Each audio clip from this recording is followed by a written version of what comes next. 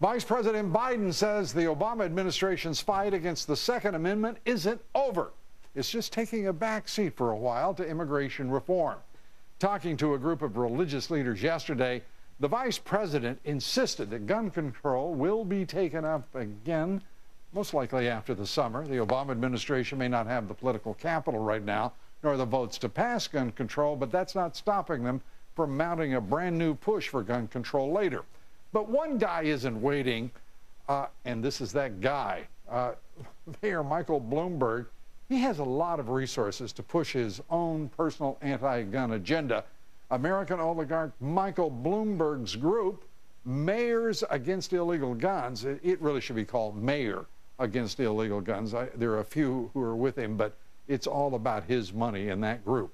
It's planning to run ads against Democratic senators. Are you ready for this? In red states like Senator Mark Pryor of Arkansas, Mark Begich of Alaska, Max Baucus of Montana, Heidi Heitkamp of North Dakota, who voted against expanding background checks just last month. And in doing that, he is upsetting the Democratic Party.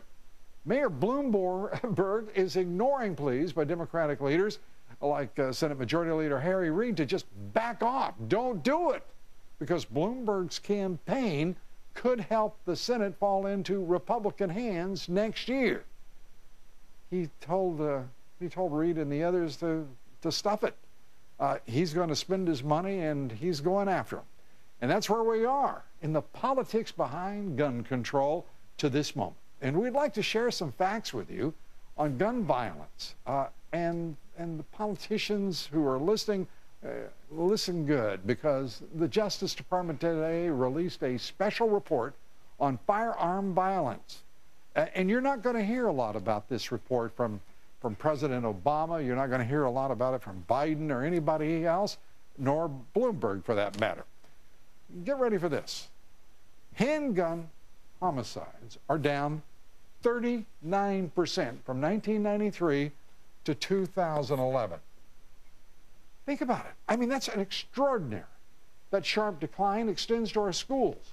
Homicides at schools have dropped from what were an average of 29 per year in the 1990s, 29 per year, down to 20 in the 2000s. At the same time, gun sales have skyrocketed, by the way. And background checks, well, 16.4 million background checks performed during the year before last. That compares to 9.1 million back in 1999. And they've grown dramatically, by the way. These are both millions.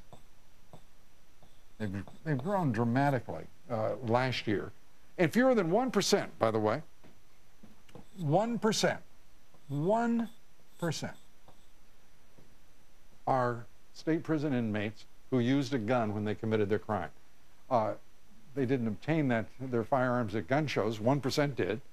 And you know, the gun shows that Democrats like to demonize turn out to not be much of a factor at all. Not much of a factor at all. And all of this is great news for us, for our society, our nation.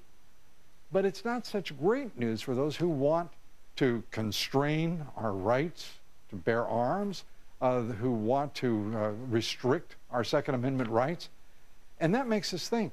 You probably won't be hearing a lot about this report, this very important report from the mainstream liberal media. As for President Obama, he should be, for crying out loud, taking a bow over all of this. But he probably won't, because he's got this sort of crazy counterfactual campaign going against the Second Amendment and people who own guns. By the way, gun control and immigration, you know, he's pushed gun control over so he can move ahead with immigration laws. Those are both issues that do not even rank in the top 10 of priorities for Americans in the latest Gallup poll. Pretty astounding, isn't it?